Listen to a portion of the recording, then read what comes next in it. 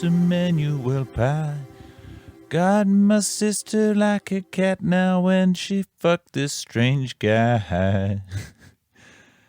And my best friend, he's hello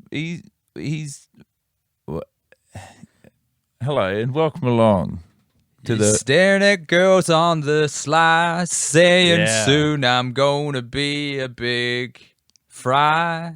Soon I'm gonna be a big fry. Dun dun dun dun dun dun.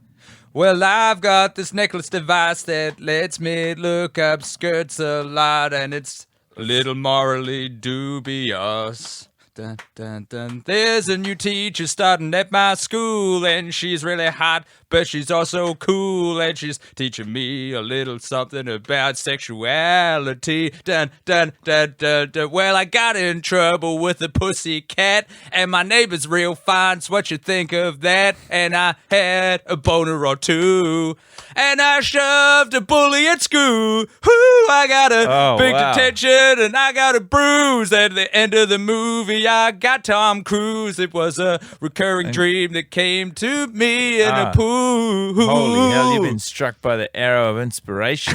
You really fucked it up there, though, didn't you? I would have kept going all day. Well, you know, for context, I think it's important that we don't, because most of what I just said was in the... In fact, pretty much everything was in the movie. That's right. What's that movie? Well, it's Emmanuelle's Pie. No, this entire episode will be sung. I shall not take part. I simply shan't. No, seriously, I can't. I don't have the energy for that. I've got this app on a string, sitting on a podcast. Got guys sitting next to me now. Doesn't work. Doesn't work. Da, da, da, da, da. We're not those guys. Hey now. It's the worst idea. It works better as a conversational podcast. So previously, pish tosh, pish posh, pish posh. I was taking a taking a splosh. Do you know Bobby Darin won a bet with that song? Did Bobby Darin sing Splish Splash? Oh fuck, yeah, I think so. I don't know that he did. No, you're right. It wasn't Bobby Darin. Who was it? Bobby Darin gets a lot more airtime on this podcast than you think. Look, guys, we've just watched Emmanuelle's Pie. It is... That's not the name. Is it not Emmanuelle's Pie? It's just Emmanuelle Pie, like American Pie. Not Emmanuelle's Pie. That would be a different thing. It was called American Pie. I always thought it was called America's Pie. It's America's Pie, Tom. It's an incredible fusion. It's sort of like, you know, conceptually people are always talking about like pirates or, you know, guess what, motherfucker? Splish Splash was by Bobby Darin. Any more questions? No. What bet did he win? Let me see if it's on the wiki. It was written by DJ Murray the K. Murray Kaufman, that is, who bet that Darin could not write a song that began with the words splish splash, I was taking a bath, as suggested by Murray's mother, Jean Kaufman. The song was credited to Darin and Jean Murray, a combination of their names, to avoid any hint of payola. Do you know about payola? It was a pay-for-play scam that rocked the airwaves in America from like the 50s onwards. It was Darin's first hit, and it was his first hit. And the song helped to give him a major boost in his career, reaching number 3 on the United States pop single charts and number 2 on the R&B bestsellers chart. R&B's come a long way, hasn't it? Splish Splash was Darin's only entry on the C&W bestsellers and stores chart, where it peaked at number 14. So every now and then, folks, when someone bets you that you can't do something, and then like a child, you take the bait, it could launch your career. That is a very cool origin story for that song. Like that's almost a gag. It's like being like, I bet you can't write a joke about bathing, but it's a song. Yeah, you're right. It is. Yeah. Because it's a song about bathing. Yeah. So the one thing you changed in your example was the medium. Yeah. It is similar. I feel an energy dynamic between us here that I live in fear of. You love it. You absolutely love it. I don't love it. I don't want to be the downtrodden, low energy guy. I want to be where you are. Then come meet me at the top of the mountain. You've been drinking from a flagon of tea and I've been sipping my giant gallon of water. It's herbal tea, man. Well, Get your head out of your ass. We're on the record now. Come on now. Pull your socks up. my socks are up, man. I was trying to talk about Emmanuelle's pie, and then you laughed me down. You told me about Bobby Darin, and now you're making fun of my very weak analogies. You forgot with the song opening as well. We started with a musical number. Yeah, fucking hell. But basically, this movie exists at the crosshairs between the Emmanuelle 2000 franchise and iconic teen high school coming-of-age film American Pie. / pseudo sexual assault fantasy franchise. American Pie. Emmanuelle has lost her mind control powers. They got trapped in that computer. You guys know about the computer, You right? know about the computer from back in that episode with Hum and Naomi when everyone got too horny. You know the name of that episode? Titplay.com.au. While you're here, you might as well check out their show on Netflix as well. Why you like this? Mm-hmm. But basically, this regular high school student who's on graduation day, stumbles into these mind-reading powers that previously belonged to Emmanuelle and starts exploiting them for his benefit and his friend's benefit. And I guess kind of out of curiosity. And hilarity and hijinks ensue. Emmanuelle goes to the school under the guise of a relief teacher to find the person who now possesses the mind control device or powers. And because the first thing that happens is a guy tries to change his grade in the computer system because he's about to graduate high school. Well, he's not. He's meant to graduate. No, but he then finds out his grades aren't good enough, so he's got to go to summer school. He breaks into the principal's office, tries to change his grade. The computer's got that sort of Windows 95 screensaver on it that looks like a really erotic pulsating butthole, and he touches the middle of the butthole and then becomes sexually supercharged. Yeah. Some sort of disciplinarian yet beautiful teacher comes into the principal's office. I'm sorry, can I hit pause for a second? Did you see Freakazoid? Because this is kind of the plot line of Freakazoid. The animated TV show. Freakazoid. Yeah, about a nerd who gets the entirety of the internet, which at the time, wasn't exactly what it is now, because I think that cartoon was out in the late 90s. It downloaded into his brain.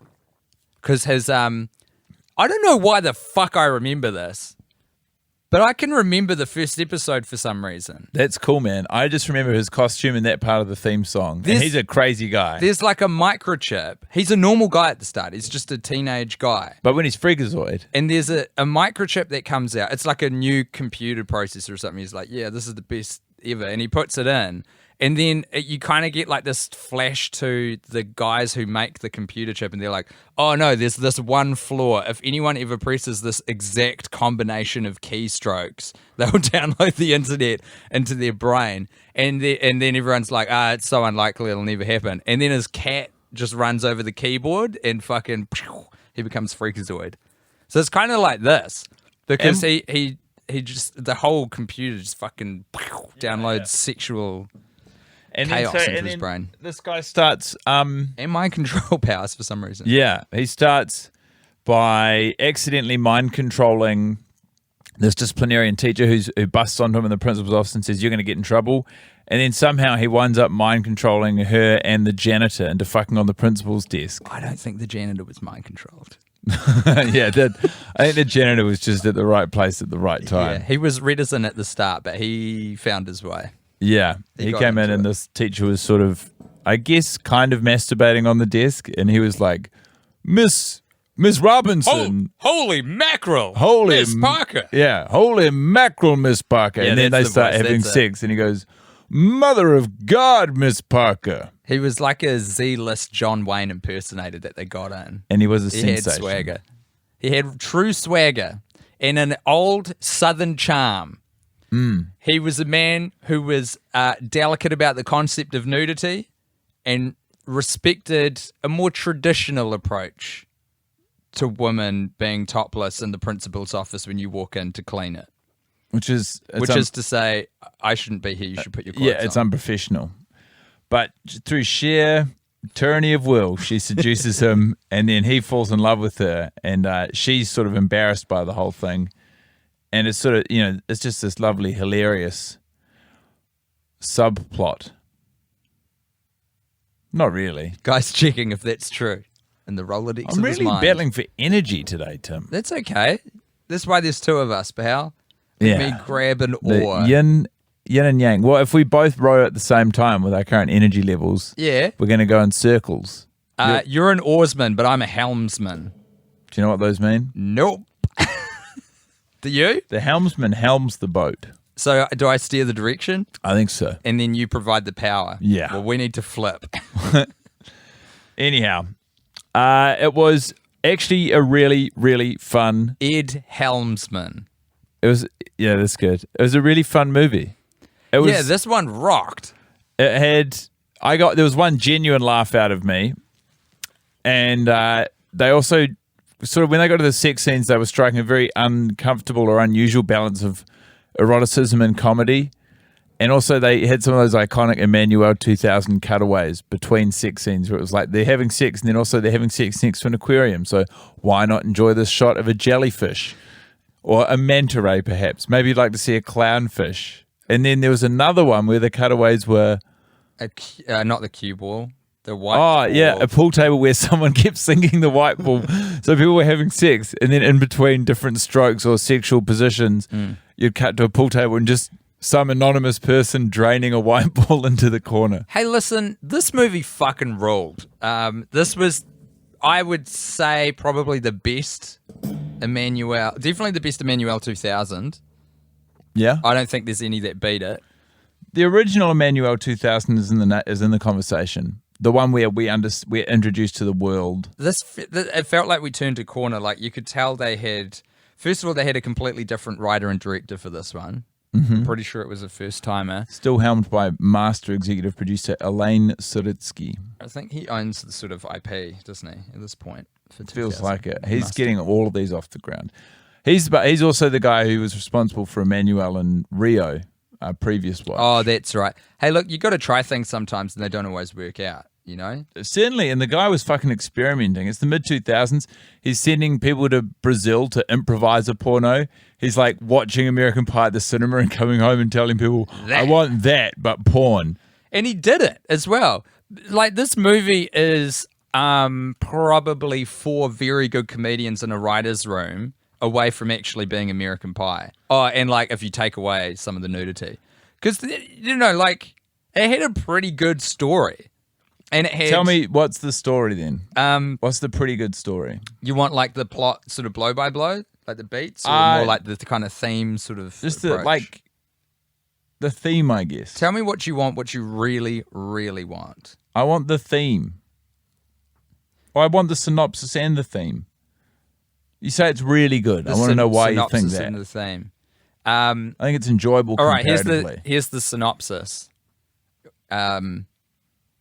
Teenage boy cannot graduate, hacks the computer system to avoid going to summer school, accidentally downloads the entire sexual program that Emmanuelle 2000 has been devising with her scientist buddies.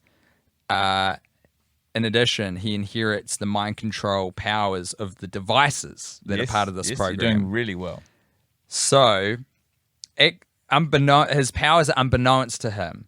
He uses them on the deputy principal who walks in while he's hacking the computer system.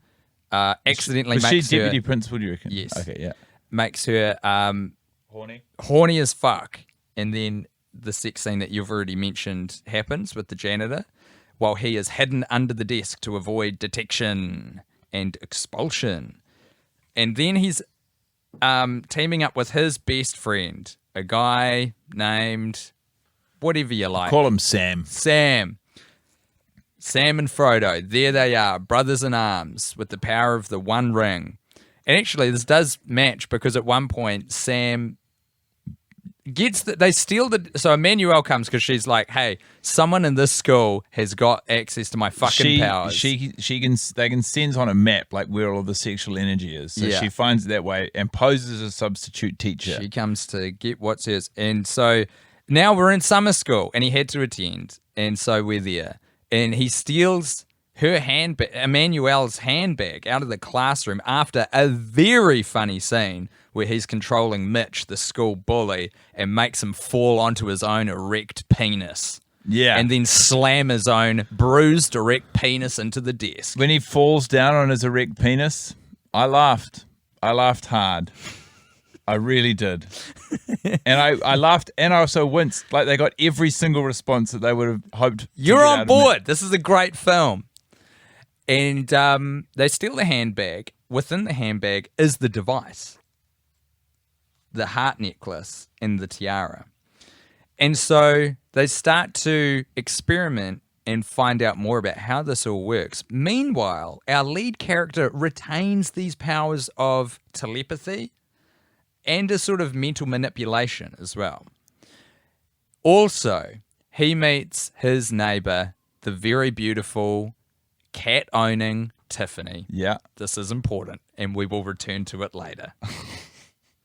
He runs out of his house because he's so late to get to his graduation that he bowls her over in a romantic moment of happenstance, and she is fine with getting absolutely fucking pretty much decked. Tackles her like a middle linebacker. My God, it is violent to see and harrowing because it's on concrete, and you're like, fuck, man, I hope no one hit their head. But she's actually very giggly and fine with it. Sam has a diversion where he gains access to the devices. They kind of figure out what's going on. Oh, no, sorry. Sam teams up with the main guy, who I want to call Tom. Sure. And Tom's like, these powers are very powerful. I can do all kinds of shit. So they're like, okay, let's do a test. So he goes to the cheerleaders who are going into the shower room. And he's like, you cannot see my friend. You can't see Sam. You can't hear Sam.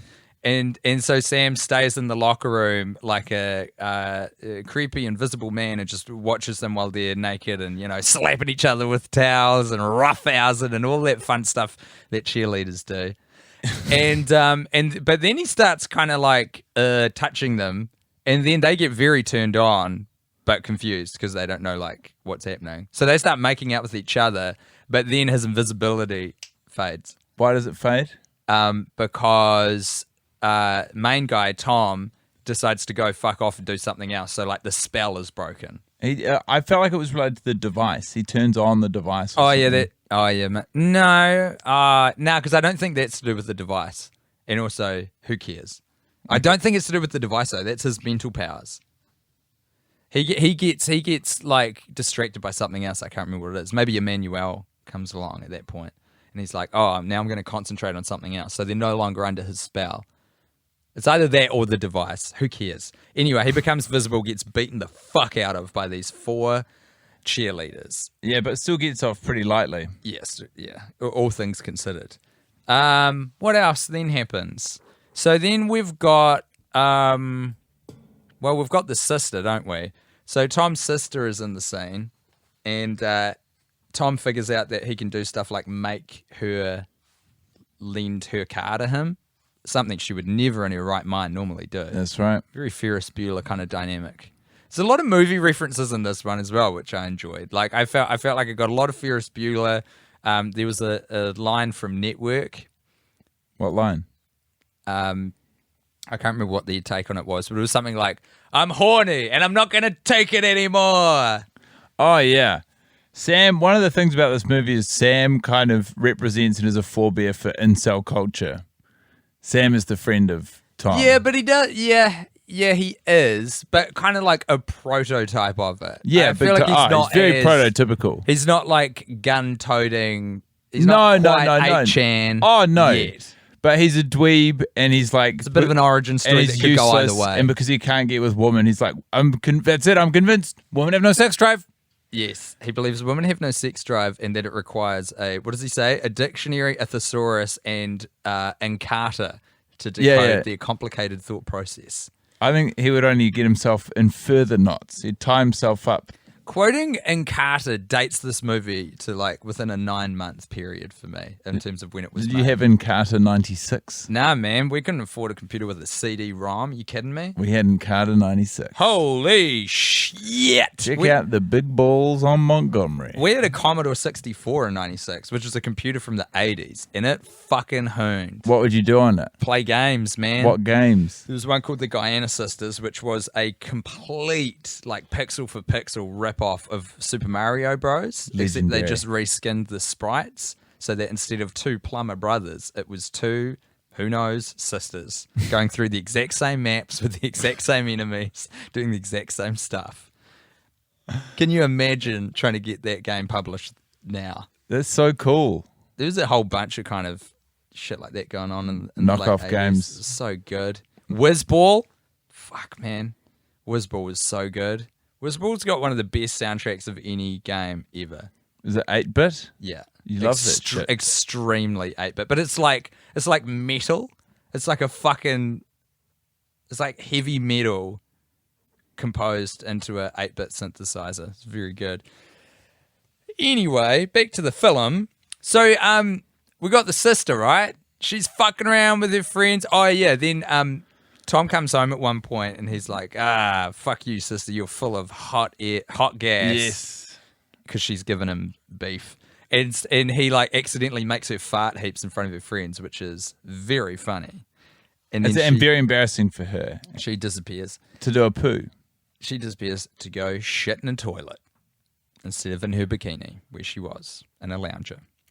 And and then, I mean, cut forward because I can't remember a little bit in the middle. But then we've got Sam decides to really fucking become the mad scientist of this duo. And he's like, listen, this device has got some untapped potential.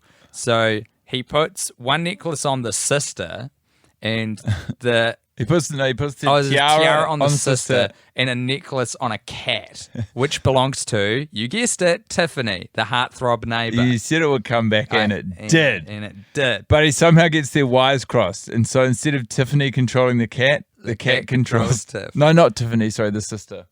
Oh, yeah, sorry. Yes, you're right. Tiffany's looking for her cat, Yeah. who's running around with this bracelet on, controlling Tom's sister, who's like out at the club. Tom's sister is now on heat and a cat, but inhabiting a human's body, like a 19-year-old girl's body. And shows up to find her mates at the club, and she does. And she keeps rubbing up on all the guys she's meeting until one of them and her go to the bathroom and they start having sex, and she starts meowing. Howling like a cat. And he starts barking like a dog, which I actually like. I really respect that in terms of embracing the experience and saying, okay, let's play the game. Yeah. I thought that was a really good move from the guy, but then he freaks out when she starts scratching him, and he runs out of the bathroom. He said, she scratched me.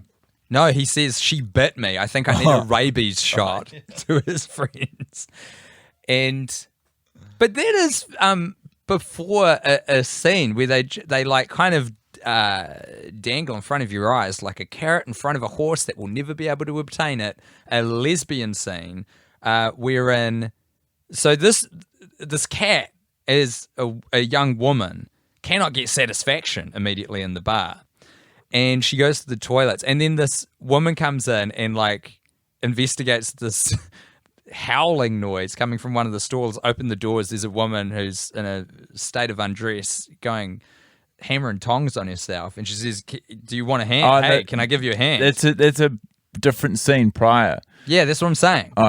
So not the cat. That's not the cat. That's the deputy principal. Oh, is it? Oh, fuck, you're right. Yeah. Sam, true. before he starts running his experiments on people and cats, he runs one on the deputy principal and himself. And oh, yeah, I forgot about that whole bit. He takes over the deputy principal's body and goes to this. They've obviously got clearance to shoot in this one location, and he goes into the bathroom and looks at her, and then he starts like, he can't take off the brassiere because he's never dealt with a brassiere before. So he tries to pull it over her head, and he actually also tries to pull her skirt and underpants over her head. Very funny stuff. And that woman who played the deputy principal was a tour de force. If there was an Oscar for best comedy performance in a softcore porno parodying a popular film at the time, it should go to her. Because she very rarely got to play, like she was constantly embodying other characters or other people's desires within herself. And what is an actor if not embodying the powers and perspectives of other people? She had to perform an incredible balancing act of being arousing and also hilarious. Get this. She's fumbling with her titties and making you laugh.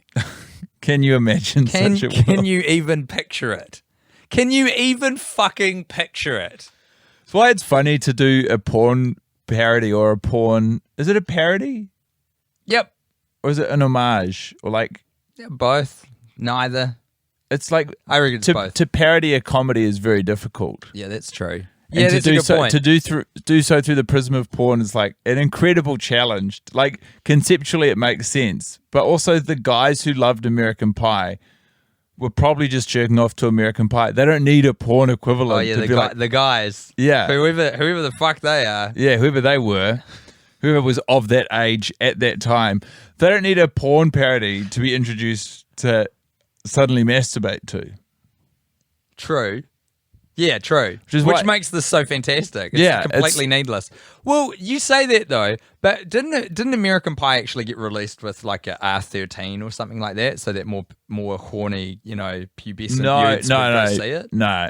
Oh, there might have been a version. I think but that's- American Pie was famously R16. R16. There was nudity in it. R16, okay, but this is a softcore porno, so this is like probably R21 in a lot of US states. More back then. hardcore. Yeah.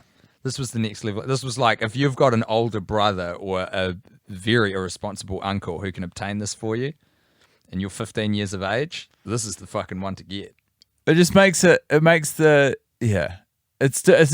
just a phenomenal balancing act to be like, we're really funny and also arousing. Yeah. And they kind of did it. Also, just from like a production standpoint, I feel like we've turned a corner in terms of the cameras and stuff. This, despite the fact that the particular version we were watching was incredibly low resolution. Not rendered in the crisp 6K that they shot in. No, sadly not. But, you can tell that they've really stepped their game up on a lot of fronts in terms of the cinematography. Very creative use of found footage. Yeah. To establish the scope of the high school graduation ceremony, we just saw our hero Tom in his graduating gown, and then there was like spliced into footage of like home footage of True hand probably cam footage. probably Elaine Saritsky or someone's like actual child's graduation ceremony, which was also in the same royal blue gowns. No faces, but just like a lot of people proceeding up and down. Crowd shots of a football Field. stadium, not a stadium if it's a high school. A Football field Thank you. set up for a large public event. What do you think of the pomp and circumstance with which America ushers its youths off from high school to the next chapter of their lives? Because we do not have an equivalent. No. I mean, honestly, it's one of the few ones that does look fun. Like graduating high school does feel significant. It is a big deal. And we in don't America, really mark it. We have a ball, we have a formal dance, and that's it. But they have I like that a high school graduation is like, you know what? You must have had like a prize giving and stuff, which I imagine would have been a big deal at your school. We did have a prize giving. Yeah. Was that revered by all? Was that like that would be Nah, a big deal? it's just like a thing that you've got to get through. It's like you just have to sit down and watch all the smart people go up on stage for 2 hours. It's not. Did you get anything, guy? I got You're a smart guy. Nah, You're a talented man. in the last year of high school, I got a prize for drama Nice one. because I was always stirring the pot. What do you Should have been a prize for cooking or just for creating drama. No, I got it for my work in the drama class, and then I also got a prize. Hey, hold on now. Was it attached to a specific performance? No, it was like Just a general. it's like getting a prize for English, just like because that year you performed the best in your English class. So that year I performed the best in my drama class, Hell yeah. and then I also got a prize for art, a subject which I did not take, and I didn't say anything. And I What just the fuck? accepted the prize. Seriously? Yeah. And apparently the art teacher, when they watched the graduation ceremony, they were like, hold on a second. Guy doesn't take art. I can only imagine there would have been some fucking slighted art students at your school Oh, big time. looking at that. How does that even happen? I don't know. I mean, if you want to know the truth, the real The real moment of the ceremony was that a fellow pupil at the school had an illicit affair with an English teacher Did that come out? on the day of prize giving. And they won the English prize. Oh my God. And they got a standing ovation when they received the English prize. Fucking hell. Yeah. I mean, that was sort Big of day. the scene-stealing moment of the day. But Yeah. it's nothing like an American high school graduation. Yeah. It's like it was, It's because I feel like American high, but then again, we only see the TV and movie version of American high school. I think it's far more diverse than the, singular experience we get fed through these sorts of products. Yes. You know what I mean? There's thousands of schools in America. To an extent, I agree. But by and large, I think you've experienced America. I've seen it. All of their, I've been there. like, they just turn the intensity up on everything. And so a high school graduation ceremony, yes, they're not all exactly rendered like they are in the Hollywood movies or even in the Emmanuelle Elaine Saritsky movies. But there's a version of it. But yeah. And they all exist on a much higher plane of pomp and circumstance. There's a weird sort of triangle of like military style parading, football worship, and maybe it's not a triangle, maybe it's those two things that sort of feed into a lot of their ceremonies. And I particularly think a graduation ceremony. So it's like it looks like there's always marching bands involved. Yeah. Which I can fuck with because I love a marching band. There should be. But it is very militaristic in a way. Yeah, while football and the military are in bed together, the army... They love each other. Yeah. The They army really care a lot about each other. pays for the NFL and they do flyovers and have like it's pretty... military-themed matches where everyone's wearing camo sort of trim uniforms. It's pretty fucked up when you think about it. Deeply. It's like the military is so embedded in America's self-perception. It is a huge part of why the country's broken. It's pretty smart, though. Makes a lot of sense when you start doing a light cursory read of America's economy on Wikipedia and realize that weapons manufacture comprises a huge portion of their GDP. Then you're like, oh, okay, I get it now. I understand.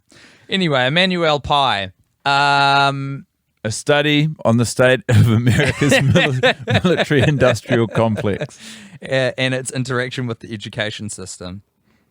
It didn't meditate on any of these issues. No. And sadly, there was an opportunity missed. Elaine Saritsky. It didn't really pause to reflect on anything that was happening. It's just... I misspoke as well. I said that this movie was a snapshot of what America looked like just before 2001. That was incorrect because this movie was made in 2003. Wow. I thought we were looking at a pre-9/11 America, but we weren't. No. I thought that it was set in a small town somewhere in America that was not one of the main cities, but it was still conspicuous in the absence of shots of the Twin Towers. Yeah. Yes. What else happened in the movie that we've missed? So she becomes a cat. Oh, yeah, and then they kind of... I've got a question. Oh, boy. Hello. Did you get a boner? Is this the boner inspector? Yeah. It doesn't sound like him. And I've also forgotten his... What's your first name again, boner inspector? If you don't remember, you don't know. Oh, fair enough, man. Sorry about that. It's very rude of me. I'm not great with names. I hear you blowing the trumpet of this Emmanuelle's Pie. Dude, this one fucking slammed. It was great. Did it really slam some taut muscle into your flaccid penis? Jesus Christ, that's biological. No, it didn't slam any... How did you put that? It didn't slam any taut muscle into your flaccid penis. Yeah, no, none of that for me. But I think, on a different day, in a different setting, mayhaps. There was a lot of nudity and a lot of fucking and some more explicit sex than we've been privy to in basically any of the other Emmanuelles. Did that excite you? Yeah. Thrilling to see. But not enough to... Not arousing. Develop a physiological response to... God. The material. Damn. Let me check on Guy, though. Guy? Yeah. You got anything to report to El Bono de Inspector? El Diablo. No. He's the devil? Possibly. Plot twist. Oh, for fuck's sake. The boner inspector is Satan himself. Can't I talk about my penis for a second? I'd love that you would. No. Certainly, I reckon approach turgid time, but never, not a boner to inspect. Turgid time sounds pretty good. Yeah, you would like that, you sinister creep. Yeah, especially if he's Lucifer, a fallen angel on a desperate hunt for boners. Well, I'll be looking elsewhere. Okay, see you, bro. You know, they always said that the greatest trick the devil ever played was convincing us he wasn't real. Maybe he's been the boner inspector the whole time. People love the idea of the devil. Yeah, gives us something to do, doesn't it? To think about the devil. Mm-hmm. They say better the devil you know. So the boner inspector. Well, better not to know a devil. No, hold on. That goes against what you're saying. Better the devil you know than the devil you don't. So we should befriend the devil. Keep your enemies close. Oh, shit. Your friends close and your enemies closer. We should really embrace the boner inspector. I've always liked him. Yeah, he's got a good energy to him. It's got a dark edge, but he seems friendly and warm and open. Feels like he's trapped on a pretty fruitless endeavor. Yeah, I do feel for him, that's for sure. Also, do you know what's tough? What's tough, guy? Well, like, I was just thinking he could just watch one of the movies and he'd get to see a boner that way. But maybe we should we should get him on as a guest. We're dealing with a softcore franchise that doesn't actually have boners in movies. He's talking to the wrong guys. That doesn't have boners in movies. Oh, even if he watched the movie with us, he wouldn't see a boner. He would see the concept of a boner. Yeah, but I don't know if the boner inspector is like Santa Claus-esque in terms of visiting every young boy and girl to inspect their genitals. I think you've used the wrong adjectives and descriptors for who he's inspecting. The grown and consenting men and women. Correct. He does just turn up, though. Yeah. But is he like sort of an omnipotent force who's able to visit? He's every day. He's out. Adult, growing, old men and women all over the world every day, simultaneously. He's out working his beat. Shit, man. Working to find someone. That's cool. Yeah, he's cool. Do you reckon he's got like an equivalent of Santa's elves? Or Boner's helpers? I reckon he does. What do they do? Collect a lot of data. From? The internet. He's looking for hotspots. Oh, I see. It's like, which country is looking up the most porn? Feels like something Durex would publish in a press release every year. Yeah, I feel like there's always a press release coming out that people are looking at more porn than ever before. Pornhub, maybe. They put that kind of stuff out there. And they say, you're not going to believe this. Hey, guess what, everybody? We gave everyone free access to pornography, and you wouldn't believe it. They're watching it. They're responding with Can't get enough of this enthusiastic stuff. eyes. I guess who's that through the window? Oh. Is he coming in, or is he walking off? He's ambling. I don't think he's coming in today. Is he? Ah, fuck. Fellas. Oh, shit. Let me get the door. Hello. Hi, George. Hi. How are you? Oh, so tired. Yeah, you sound beat, my dude. I've not slept in days. What's been happening? Why haven't you slept in so long? I've been smoking a lot of cigarettes. Smoking cigs that's keeping you up because the nicotine is a stimulant. Yeah. Fuck. Shit, dude. Have you been a smoker your whole life, or is this a recent thing? It's new. Yeah, right. Is it in response to anything? Like, has something gone wrong and you've been like, man, better hit the cigs? I read on a packet of cigarettes that smoking can cause impotence. Gotcha. Oh, yeah, true. Fuck, that's pretty smart. So you'd think, but I feel like it's just making things harder. Here's what I saw a friendly-looking guy in a postman's uniform walk past. Mm-hmm. He had a big hat on that said Boner Inspector. That's the Boner Inspector. What does he do? He looks for boners. You know this guy? Yeah.